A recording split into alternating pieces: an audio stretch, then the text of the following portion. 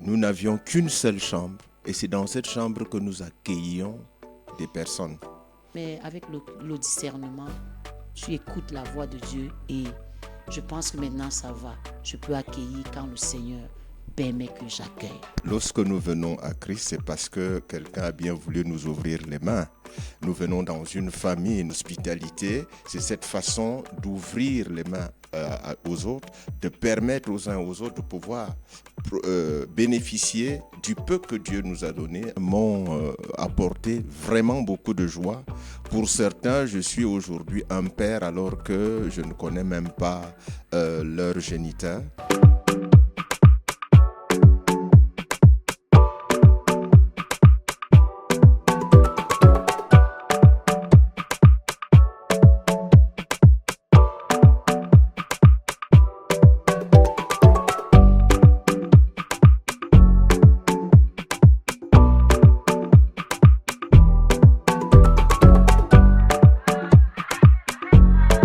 L'étude de ce matin, c'est tiré de 1 Pierre chapitre 4, verset 9. La Bible dit « Exercez l'hospitalité les uns envers les autres sans murmure ». Alors le thème de ce matin, c'est le chrétien face au problème d'hospitalité. Qu'est-ce que l'hospitalité selon la Bible? En fait, lorsque nous venons à Christ, c'est parce que quelqu'un a bien voulu nous ouvrir les mains. Nous venons dans une famille, nous venons dans une communion, dans une communauté. Ça fait qu'on doit s'accepter mutuellement. Alors si on ne s'ouvre pas pour que les autres puissent venir vers nous et retrouver du réconfort, nous ne serons pas en train de promouvoir la parole de Dieu, les directives de celui qui nous a appelés.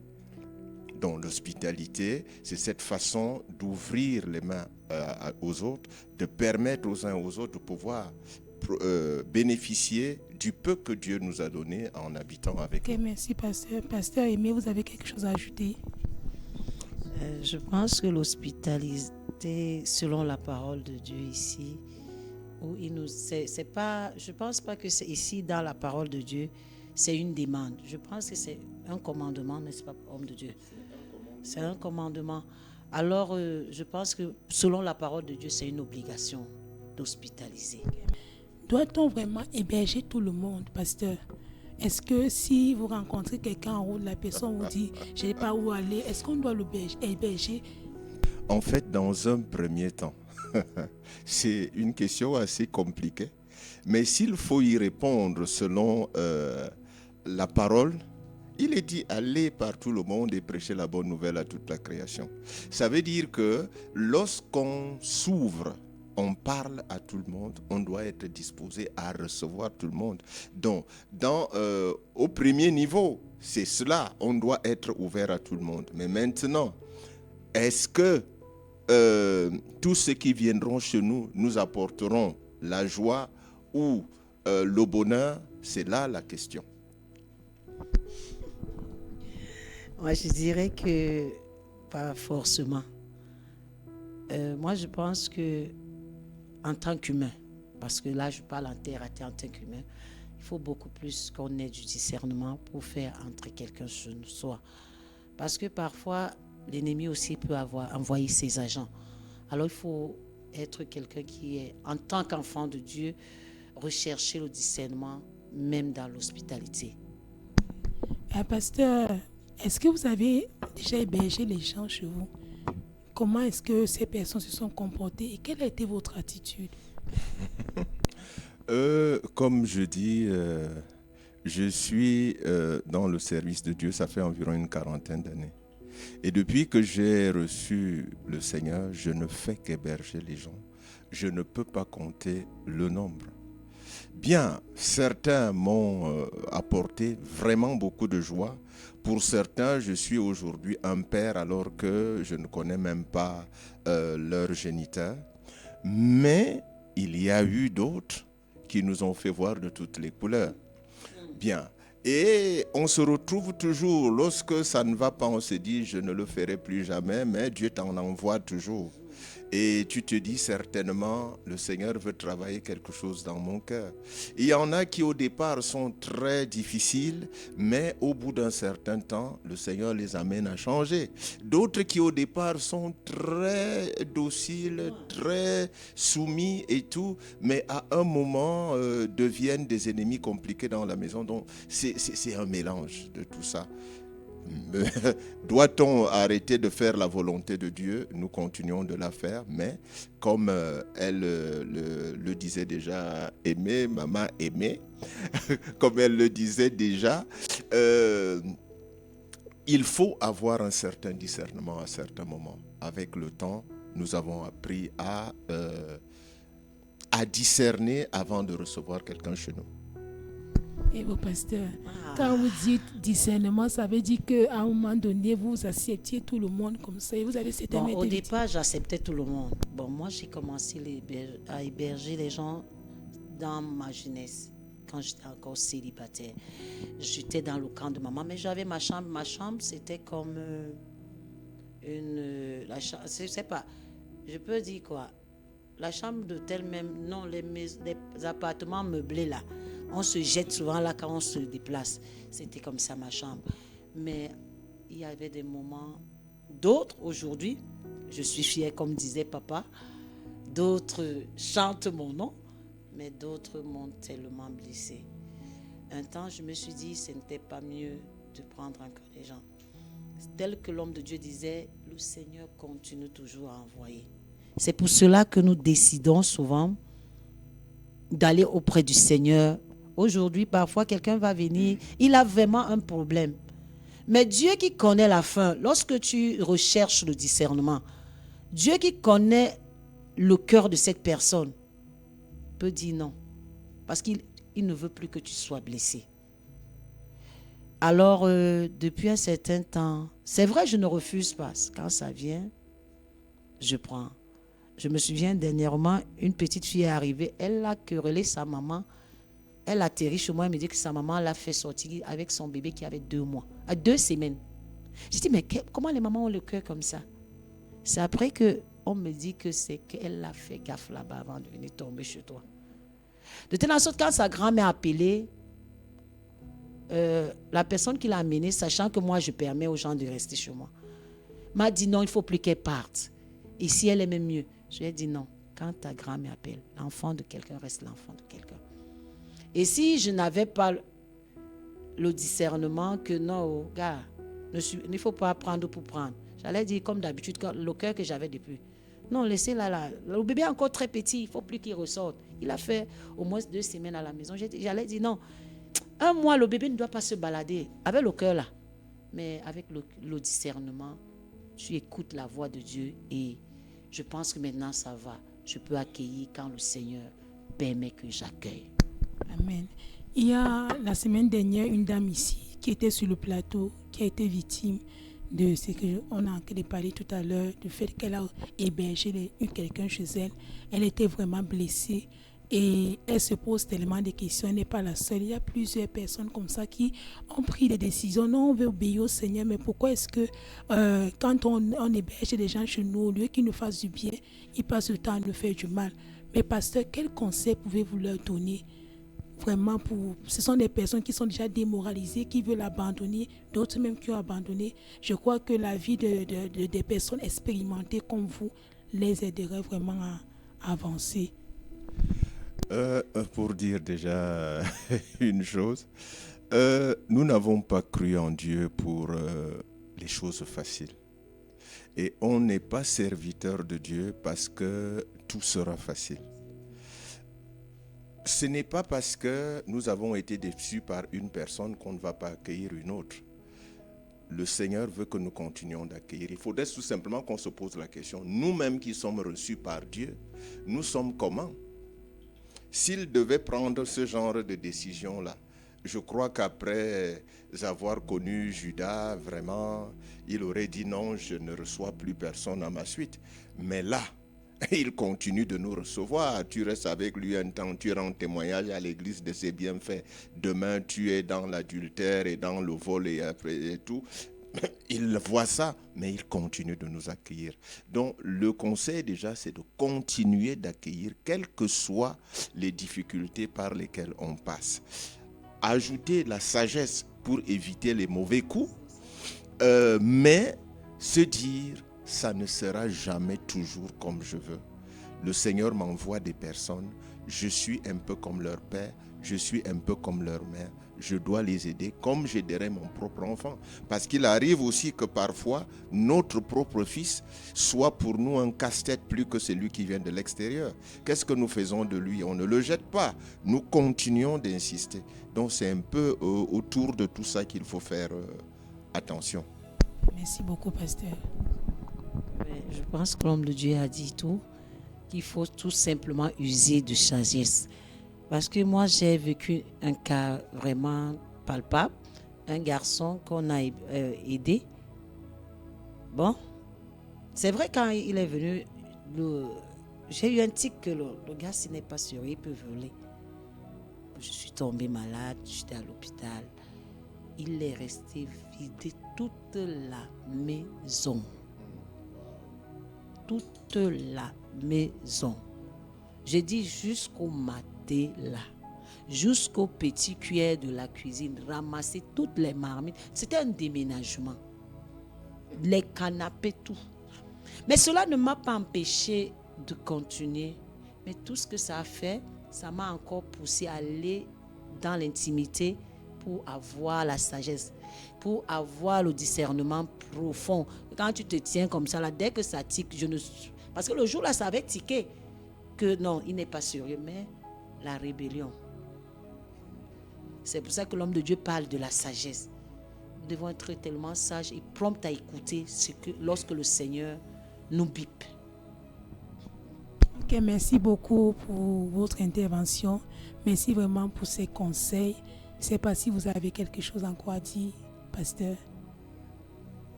Quelque chose à dire, il y en a toujours.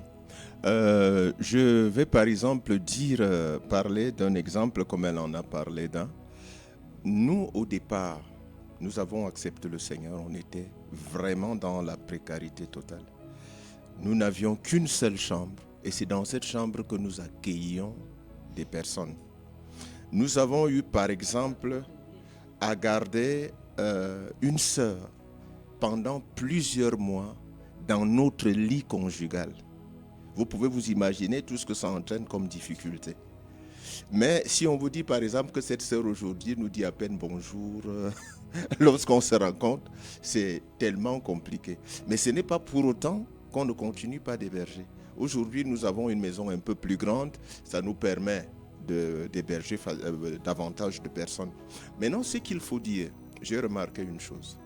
Lorsque je fais les efforts pour ne rester qu'avec ma petite famille, j'ai à peine de quoi les nourrir. Mais lorsque je laisse ceux qui veulent entrer, entrent, le Seigneur me donne les moyens à la dimension des gens qui sont là. Donc c'est aussi une grâce pour ceux qui exercent l'hospitalité. Ok, merci vraiment beaucoup. Donc ce que je retiens, c'est juste que si c'est que tu veux expérimenter davantage la main de Dieu, il faut héberger les gens chez toi. Et comme le pasteur Ndongo pouvait dire, parfois le Seigneur envoie des personnes bizarres, des personnes au fort caractère pour travailler à nous. Alors au lieu de nous rétrécir, nous devons plutôt élargir nos tentes pour recevoir encore davantage des personnes. Merci vraiment beaucoup pour votre présence ici, pour les conseils que vous nous avez donnés. C'était tout pour cette émission de Rayons de foi et nous vous disons à très bientôt. Bye bye. Est-ce que vous pouvez dire bye bye au public?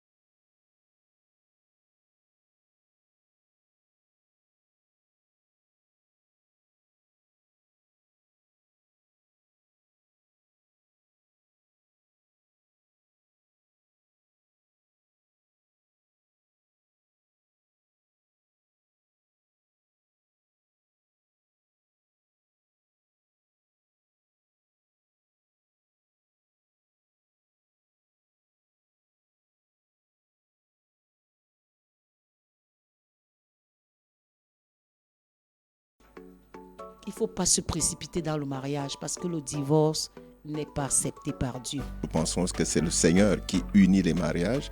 Il dit que personne ne sépare ce que Dieu a uni. 2 personnes deviennent une.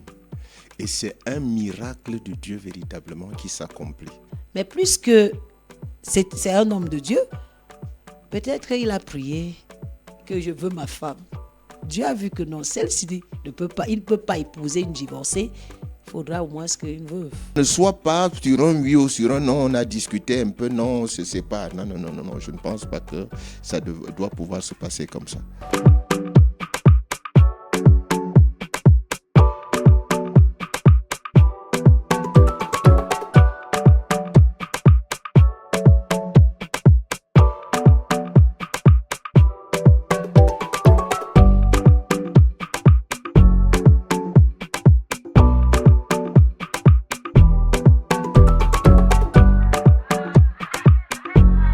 Bonsoir, pasteur.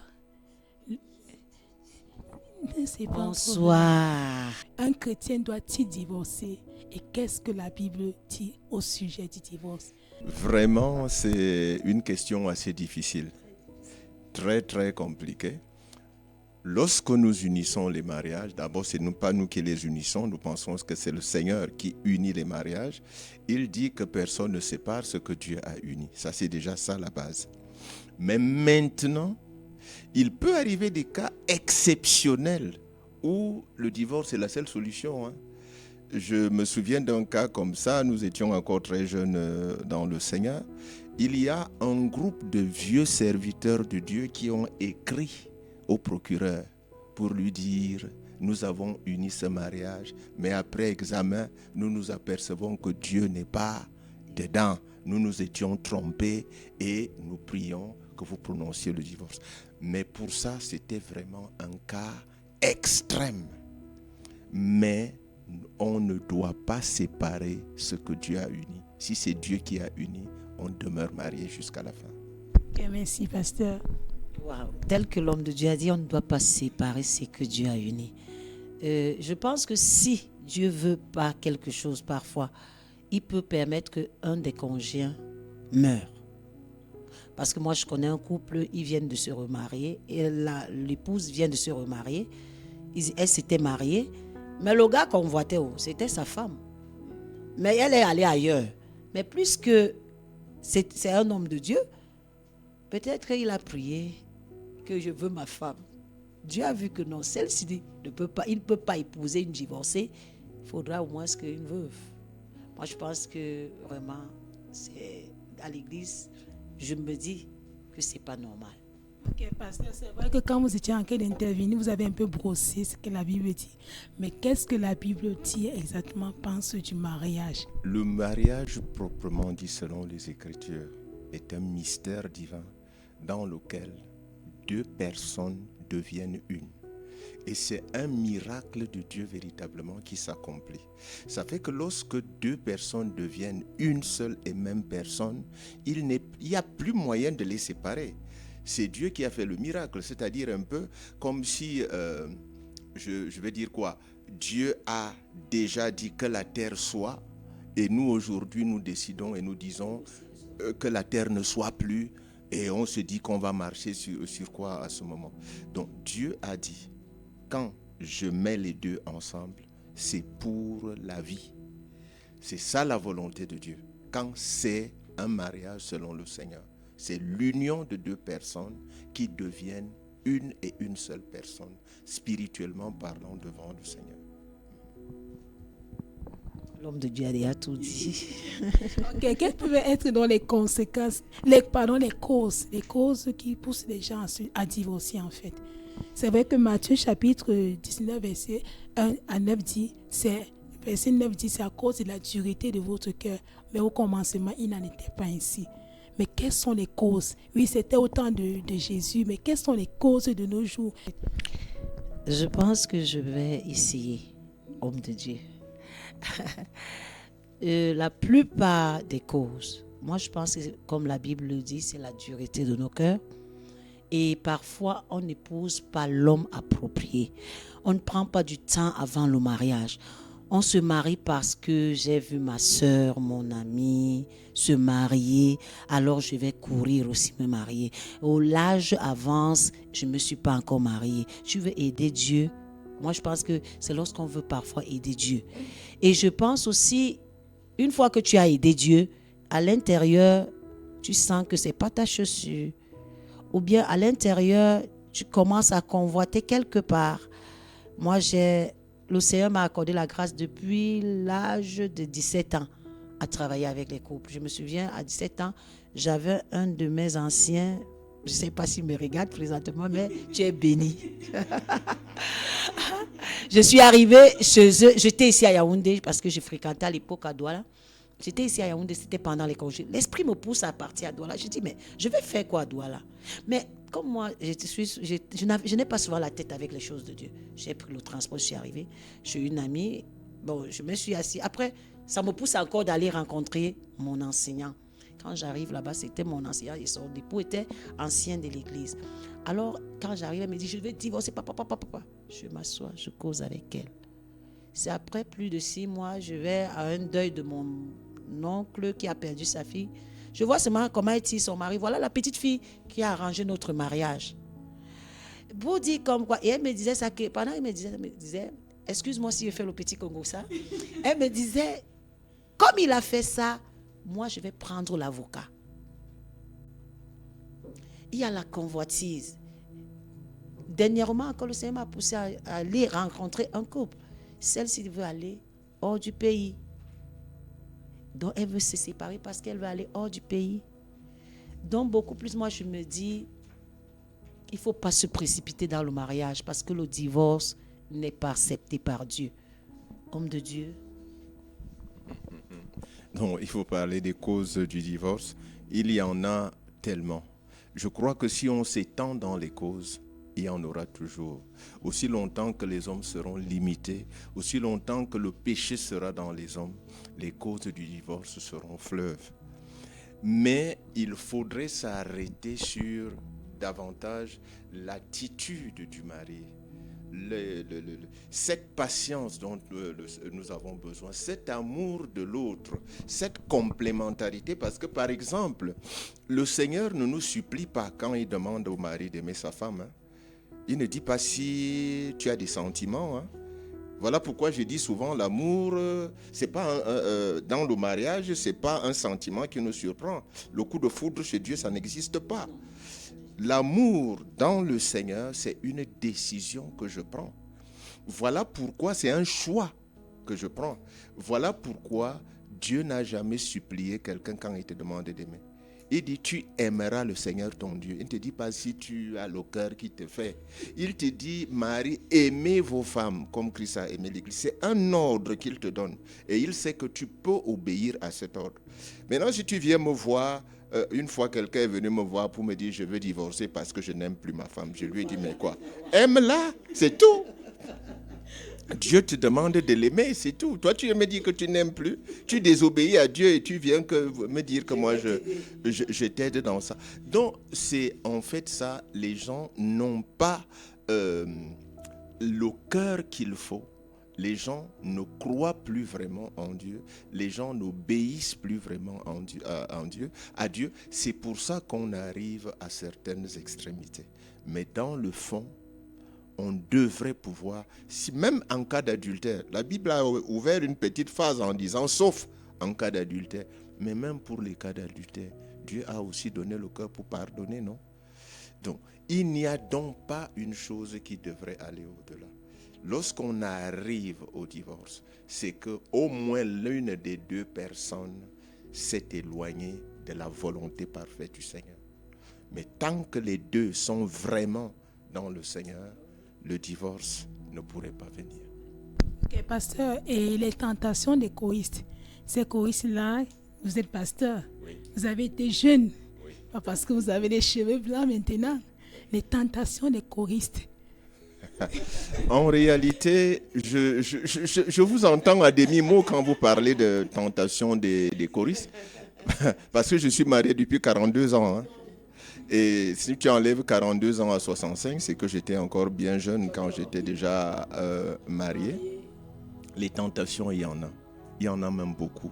Il n'y a même pas que les choristes. Il y a les choristes, il y a les diaconesses, il y a les collègues à tous les niveaux. Il y a des personnes qui viennent tomber devant vous dans votre bureau, pleurer parce qu'elle a toutes les souffrances du monde, alors qu'elle sait bien dans son cœur ce qu'elle cherche. Vous avez des relations comme ça où une sœur vous approche, vous vous apercevez au bout d'un temps que ce n'est pas le pasteur qu'elle cherche, c'est l'homme que vous êtes qui l'intéresse. Donc tout ça, ça se passe. Mais quand Dieu est là, quand on respecte Dieu, on va être fidèle à sa femme. J'ai eu beaucoup de cas. J'ai été dans une église où j'étais le plus jeune pasteur de l'église. J'étais dans une église où on a failli tuer ma femme parce qu'on estimait que les sœurs d'un certain âge qui étaient là ne trouvaient pas dans l'église chaussures à leur pointure à leurs chaussures. Et il fallait que ce soit moi qui puisse le faire. Et pour que je sois une possibilité pour elle, il fallait que ma femme ne soit plus. Elle a failli la mort plus d'une fois. Donc c'est des choses que nous avons connues. Mais quand le Seigneur est là, on peut demeurer dans la fidélité.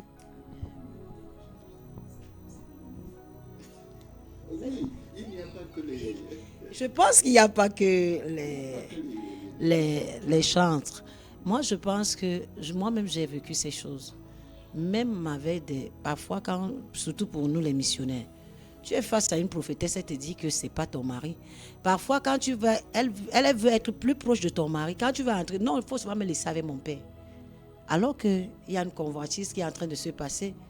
Mais si tu n'es pas spiritualiste, ou bien tu n'es pas une femme de prière, on va te l'arracher un d'eux. Ça, il y a beaucoup de défis. Parfois, ça je parle pour papa, il y a eux qui partent trop dans des missions, ils ont trop de tentations. Mais cependant, je pense que si tu es un homme de Dieu qui prie, c'est-à-dire toute ta vie dépend de Dieu et l'objectif sur ta vie, c'est quoi? C'est l'intérêt divin d'abord. Je ne pense pas que tu vas faillir. Si je comprends bien, c'est la prière. C'est la prière qui peut faire en sorte que les gens ne divorcent pas.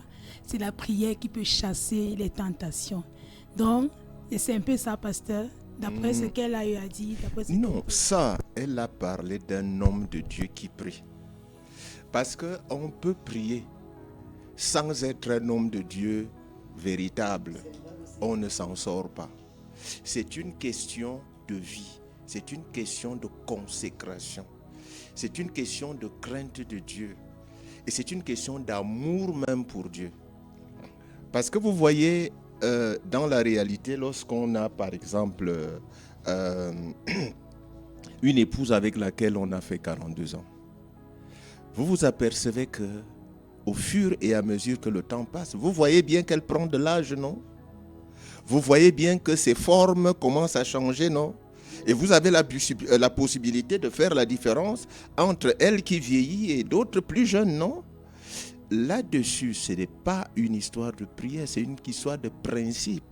J'ai donné ma vie au Seigneur. J'ai juré fidélité à une femme. Devant le Seigneur, j'ai pris l'engagement de n'avoir qu'elle jusqu'à la fin de mes jours. Maintenant, quand je prie, c'est pour que le Seigneur me garde dans ses principes, dans cette position. Et c'est ça qui fait que depuis le début jusqu'à ce jour, je suis demeuré fidèle à une seule femme. Amen, amen, amen. Je vais terminer un peu, pasteur, excusez-moi. Et qu'est-ce que vous pouvez dire à vos collègues pasteurs qui divorcent? Parce que c'est un scandale de nos jours, en fait. C'est un scandale, effectivement, de divorcer, surtout quand on est homme de Dieu. Déjà, l'homme de Dieu est un modèle. Et quand tu es un modèle pour les autres, tu dois être à même de t'abstenir de certaines choses, même si la société pouvait le permettre à d'autres.